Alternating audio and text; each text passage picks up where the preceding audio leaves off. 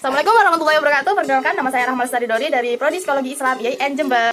Kali ini saya akan menjelaskan mengenai gangguan makan. Apa itu gangguan makan? Mari kita simak. Oke.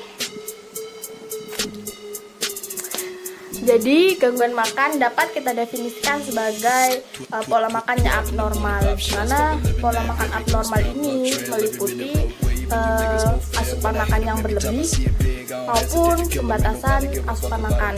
Ya, jadi gangguan makan merupakan suatu sindrom yang ditandai dengan pola makan yang menyimpang terkait dengan karakteristik psikologi yang berhubungan dengan bentuk badan maupun berat badan. Gangguan ini bisa dialami oleh siapapun dan tidak mengenal usia maupun jenis kelamin. Oke? Menurut National Institute of Mental Health, gangguan makan merupakan suatu penyakit yang menyebabkan timbulnya gangguan terhadap diet sehari-hari, seperti makan dalam porsi yang sangat sedikit maupun makan dalam porsi yang sangat besar. David mendefinisikan gangguan makan sebagai gangguan psikologis yang memiliki karakteristik terganggunya pola makan dan cara untuk mengontrol berat badan. Ya, jadi kita sekarang akan bahas jenis-jenis gangguan makan. Sabarnya kita akan ulas satu persatu, oke? Ya, yang pertama adalah anoreksia nervosa. Ya, kata anoreksia sendiri berasal dari bahasa Yunani yang berarti tidak ada keinginan untuk makan atau tanpa keinginan untuk makan. Anoreksia nervosa sendiri itu merupakan suatu istilah yang tidak tepat karena penderita anoreksia itu jarang sekali mereka kehilangan selera makan. Anoreksia nervosa adalah suatu hasrat seseorang untuk mencapai ukuran zero size, di mana mereka merealisasikannya dengan cara melaparkan diri, dan itu mengakibatkan berat badan mereka itu menjadi menjadi rendah seperti itu, tidak sesuai dengan usia, jenis kelamin maupun tinggi badan dan tingkat kesehatan fisik mereka. Penderita anoreksia nervosa memandang diri mereka itu memiliki berat badan yang berlebih, padahal kenyataannya tidak. Mereka memiliki berat badan di bawah normal dan kurang nutrisi. Penderita anoreksia memiliki obsesi yang besar untuk menjaga berat badan mereka. Adapun ciri-ciri orang yang menderita anoreksia nervosa antara lain adalah sebagai berikut. Yang pertama, yaitu penurunan berat badan secara drastis akibat adanya pembatasan asupan makanan dan membiarkan diri mereka kelaparan. Yang kedua, yaitu ketakutan yang berlebih akan kenaikan berat badan, padahal kenyataannya mereka sudah kurus. Yang ketiga, yaitu citra tubuh yang terdistorsi. Ini dicerminkan melalui persepsi mereka akan bagian tubuh yang terasa gendut, meskipun pada kenyataannya itu mereka sudah kurus. Yang keempat, yaitu gagal untuk mengenali resiko yang ditimbulkan dari menjaga berat badan pada tingkat yang sangat rendah. Gangguan makan yang kedua yaitu bulimia nervosa. Kata bulimia berasal dari bahasa Yunani. Asal mula istilah bulimia nervosa yaitu makan secara terus-menerus seperti sapi yang mengunyah rumputnya.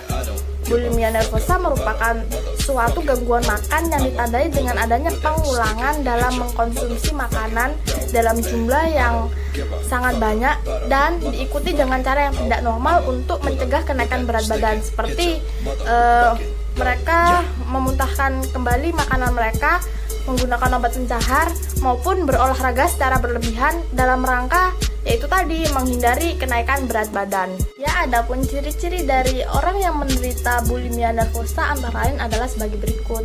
Yang pertama, yaitu berulangnya perilaku makan secara berlebihan yang diimbangi dengan membuat diri muntah atau berolahraga secara berlebihan.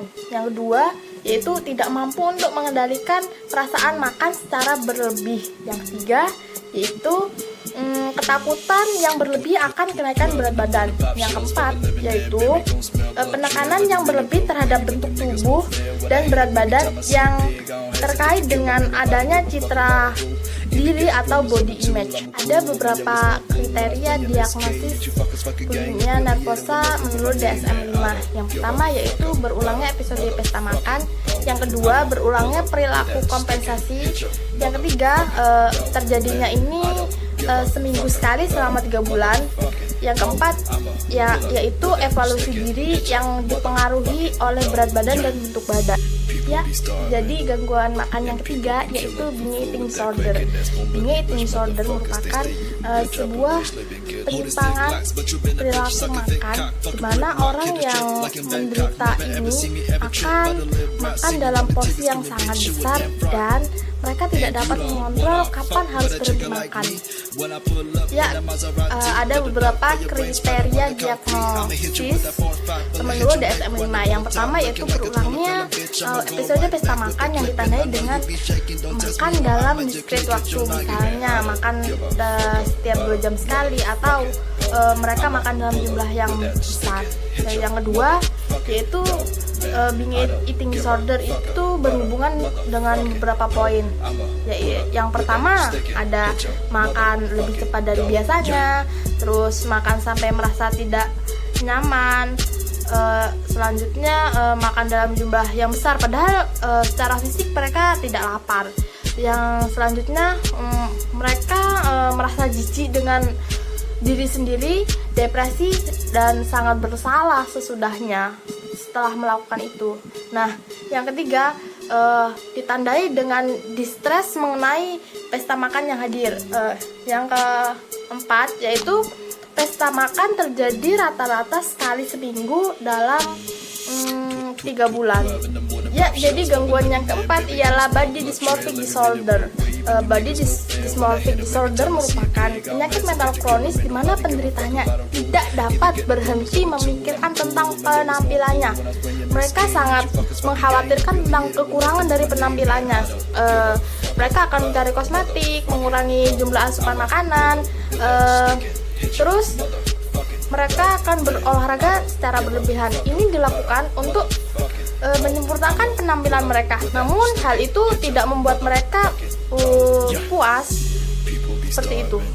Ya, ketemu lagi kita sekarang membahas gangguan makan yang kelima yaitu selective eating disorder. Selective eating disorder merupakan kondisi di mana seseorang yang terlalu pemilih di dalam memilih makanannya, padahal sebenarnya alasannya tidak masuk akal. Dia juga membatasi beberapa jenis makanan dalam jumlah tertentu yang boleh masuk ke dalam tubuhnya. Contohnya seperti dia hanya memakan daging ayam saja, namun tidak memakan makanan yang lain. Ya, memasuki gangguan makan yang ke-6 yaitu porsi makan berlebih. Porsi makan berlebih dapat dikategorikan sebagai sebuah penyakit yang pada mulanya berawal dari pola makan atau gangguan makan. Ya, orang yang mengidap obesitas cenderung memiliki nafsu makan yang besar sehingga tubuhnya menjadi sangat gemuk dan sulit dikontrol. Untuk itu perlu dilakukan pencegahan dan pengobatan agar membuat orang tersebut mengurangi nafsu makan yang berlebihan itu. Ya, gangguan makan yang ke-7 ialah sindrom makan malam, di mana orang yang mengidap sindrom ini merupakan orang yang memiliki kelainan pada jam makan malam. Nah, orang tersebut cenderung menghindari makan malam karena ia takut gemuk. Tetapi apabila dia merasa dirinya lapar saat malam hari, dia akan menyantap makanan sampai kenyang dan hal inilah yang membuat dia semakin gemuk. Ya, gangguan makan yang ke-8 ialah eating syndrome at night. Tentunya berbeda dengan sindrom makan malam karena orang yang mengidap gangguan makan ini cenderung menghindari yang namanya makan di pagi hari maupun makan di siang hari. Nah, itu terjadi karena ia berharap agar tubuhnya tetap langsing sehingga ia hanya makan di waktu malam hari saja.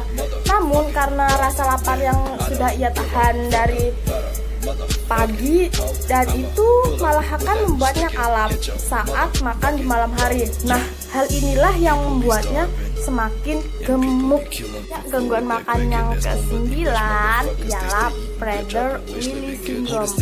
Ya, seorang yang menderita Prader-Willi syndrome memiliki keinginan untuk terus makan tanpa berhenti karena mereka selalu lapar seakan-akan tidak akan merasa kenyang meski sudah makan dengan porsi yang cukup banyak. Nah, sekarang kita akan membahas sedikit tentang gangguan makan yang ke-10. Yang ke-10 guys, yang ke-10 ini gangguan makannya bernama fobia jenis makanan. Nah, Seseorang yang mengidap gangguan ini cenderung fobia dan akan menghindari salah satu jenis makanan. Misalnya, orang tersebut fobia dengan memakan nasi sehingga ia akan menghindari segala jenis makanan dalam bentuk nasi. Ya, kali ini kita akan membahas penanganan gangguan makan. Adapun penanganan gangguan makan ini dapat berupa terapi, yaitu antara lain sebagai berikut. Sabar ya, kita bahas satu-satu. Kita sebutkan deh. Yang pertama yaitu perawatan di rumah sakit. Yang kedua, terapi individual serta keluarga. Yang ketiga, keinginan menaikkan berat badan harus disesuaikan dengan pendidikan pasien. Ini untuk penderita anoreksia nervosa ya. Yang keempat yaitu menguatkan keinginan pasien untuk menaikkan berat badan. Ini juga untuk penderita anoreksia nervosa. Ya, yang kelima diberikannya psikoterapi interpersonal. Yang keenam dilakukannya konseling gizi dan psikoterapi terutama perilaku kognitif. Yang tujuh, yang terakhir, terapi perilaku dialektis dan farmakoterapi. Kali ini kita akan membahas sebuah contoh kasus gangguan makan. Contoh kasusnya seperti ini ya. Sabar. Oke, sabar, you know. Isabel Caro yang menderita gangguan anoreksia nervosa. Caro merupakan seorang model dan aktris asal Prancis yang meninggal di usia 28 tahun karena penyakit anoreksia yang dideritanya. Caro mengejutkan dunia mode di tahun 2007 ketika tampil untuk sebuah iklan kontroversial pencegahan anoreksia di Italia dengan pose tanpa busana yang memamerkan tubuhnya yang tinggal tulang berbalut kulit. Caro menderita anoreksia nervosa sejak ia berusia 13 tahun. Hal tersebut disebabkan karena Caro disebut anak bermasalah. Caro mengatakan, "Saya memiliki masa kecil yang rumit, sangat sulit, sangat menyakitkan. Fobia besar ibuku adalah bahwa saya akan tumbuh. Dia menghabiskan waktunya mengukur tinggi badan saya. Dia tidak akan membiarkan saya pergi keluar karena dia telah mendengar bahwa udara segar membuat anak-anak tumbuh. Dan itulah sebabnya aku terus di rumah." Itu benar-benar trauma. Ketika dia muncul di CBS Insider, terungkap bahwa pada bagian terburuknya adalah beratnya hanya 25 kg saja dengan tinggi 165 cm. Caro dirawat di rumah sakit untuk pertama kalinya saat usia 20 tahun. Paling buruknya, pada tahun 2006 ia mengalami koma. Beratnya hanya 25 kilo. Dokter mengatakan dia tidak akan bertahan hidup. Namun, ternyata Caro mampu melawan masa kritisnya tersebut. Ya, sekian dari saya, kurang berlebihnya mohon dimaafkan. Maaf kalau saya terlalu barbar karena itu memang diri saya. Oke, terima kasih. Bye. Sampai ketemu di lain waktu. Oke, dengan tugas-tugas yang lain dan sangat memusingkan.